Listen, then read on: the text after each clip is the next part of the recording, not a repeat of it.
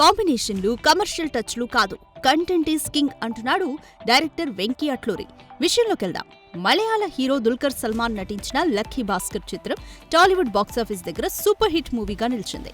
ముఖ్యంగా దర్శకుడు వెంకీ అట్లూరి డైరెక్ట్ చేసిన ఈ చిత్రం అదిరిపోయే స్క్రీన్ ప్లేతో ప్రేక్షకులను కట్టిపడేసింది. ఇక ఈ సినిమాలోని కంటెంట్ ప్రేక్షకులను ఆకట్టుకోవడంతో పాటు వసూళ్ల పరంగా కూడా బాక్సాఫీస్ దగ్గర దుమ్ములేపింది.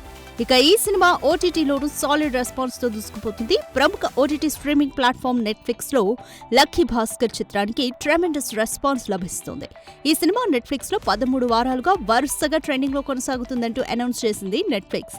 ఇలా వరుసగా 13 వారాల పాటు ట్రెండ్ అవుతున్న తొలి సౌత్ ఇండియన్ చిత్రం లక్కీ భాస్కర్ కావడంతో ఫుల్ హ్యాపీ మూడ్ లోకి వెళ్లిపోయారు మేకర్స్.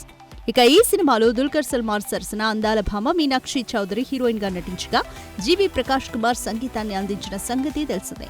ఏది ఏమైనా టాలీవుడ్ హీరోలకి అంతంత మాత్రమే హిట్స్ ఇచ్చిన వెంకీ పరభాషా నటులకు మాత్రం మర్చిపోలేని హిట్స్ అందిస్తున్నాడంటే లోపం ఎక్కడుందో తెలుగు హీరోలే ఆలోచించాలి. For more videos like this, subscribe Big TV channel.